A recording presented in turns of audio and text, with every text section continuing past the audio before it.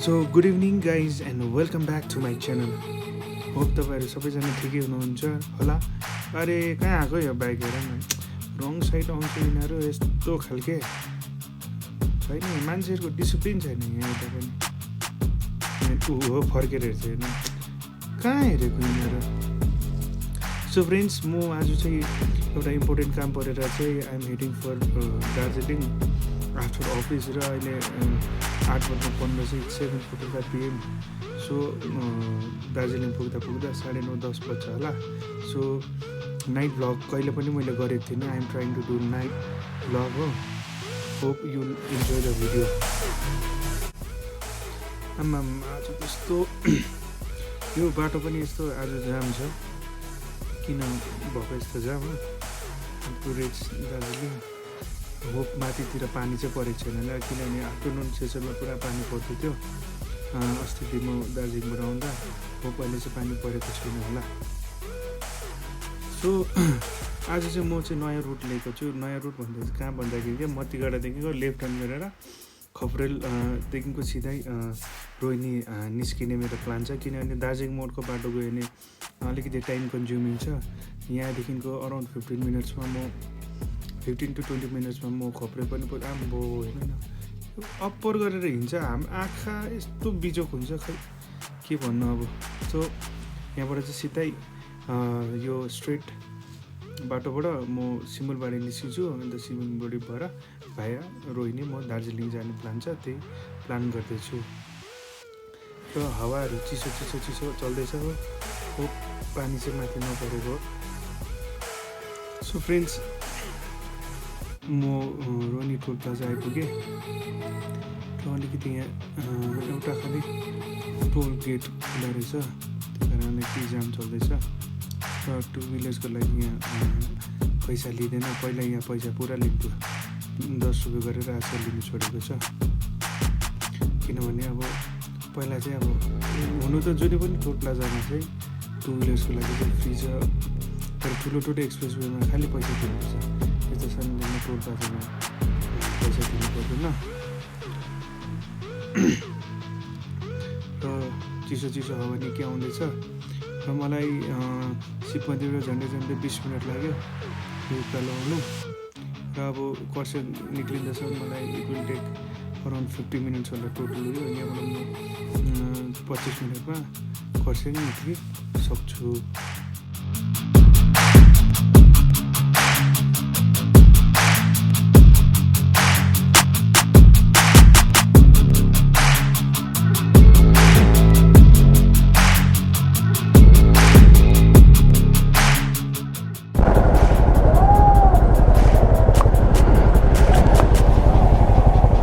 खरसाङको जाम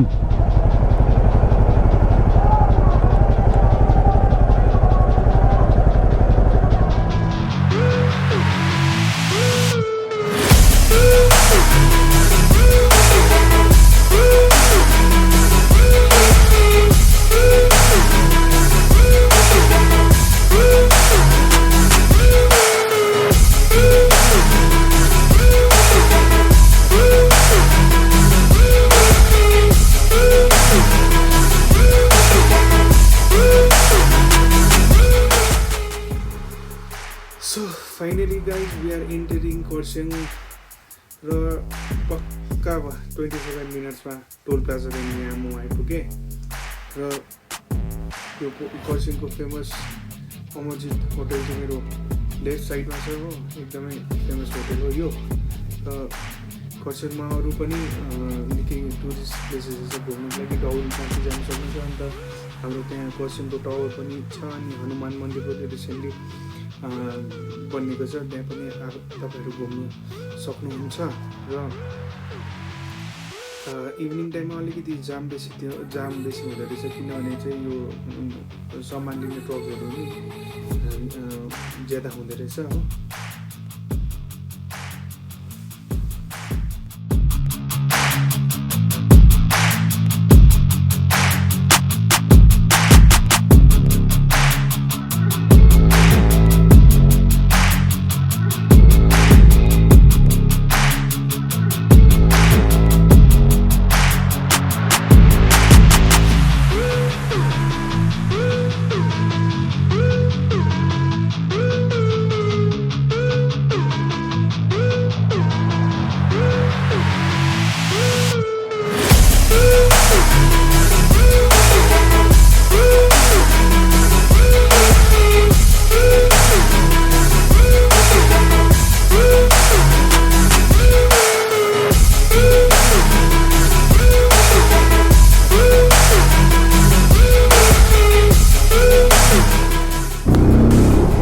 पहिलाहरू निकै बाक्लो भएको छ पहिला त्यस्तो बाक्लो थिएन अहिले चाहिँ निकै बाक्लो हुँदैछ समथिङ यो त के लाइट पनि लगाएर रहेछ ठुल्ठुलो मेरो बिहा हो कि के हो लाइट लगाएर रमाइलो बनाएर ए sorry not the Hanuman Jayanti आज जय श्रीराम जय हनुमान सङ्कट मोचन के हो वाट इज दिस ए होइन बिहान ए हनुमान जयन्तीको अरे हनुमान जयन्तीको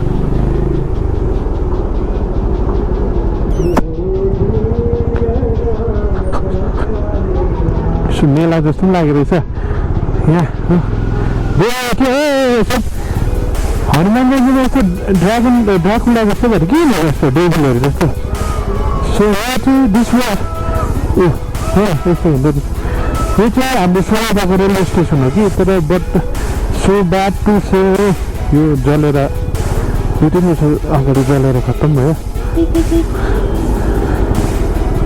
ए बहिनी एकदम मेला लागिरहेको रहेछ नि वा झन्डैलाई मिस गरेँ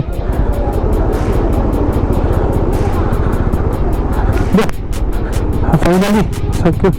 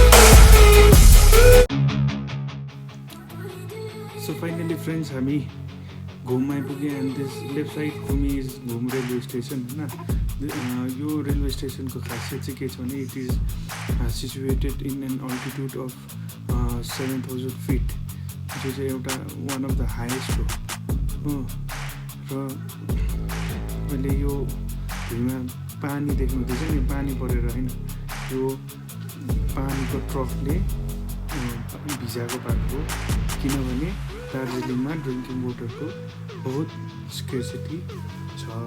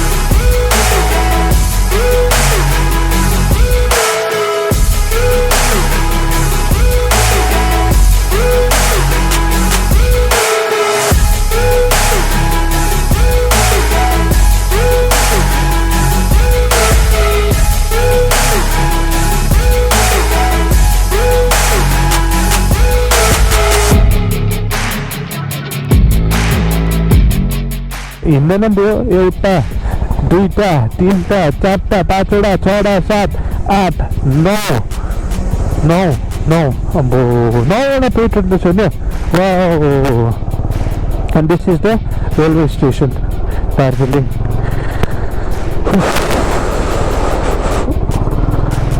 भन्दा यहाँ हेर्नुहोस्, यहाँ चाहिँ यो ठेला गाडीमा चाहिँ नि हेभी चपहरू पाइदिन्छ हो, यो चप हेभी मिठो पाइदिन्छ। भोलि आएर एक ट्राई गर्नुहोस्, यो पनि पानीकै गाडी होला। दिस इज बाटा भन्ने फेमस हुन्छ नि। ए नट ओके टिप्लक हो, फाइनली दार्जिलिङ आइपुग्यो हो। अन्त यो चाहिँ भयो तपाईँको फाटालाइनको तेर्सो। म चाहिँ आइम हिडिङ, मेरो ससुराली चाहिँ इलेन हस्पिटलकै छेउमा हो नि त। So I'm going to meet my son. यो चाहिँ थाना हो, दार्जिलिङ थाना। Finally, this is my home. Hope you like the video. Please like, comment, share and subscribe to my YouTube channel. Till then, bye bye. Tala posa la tala.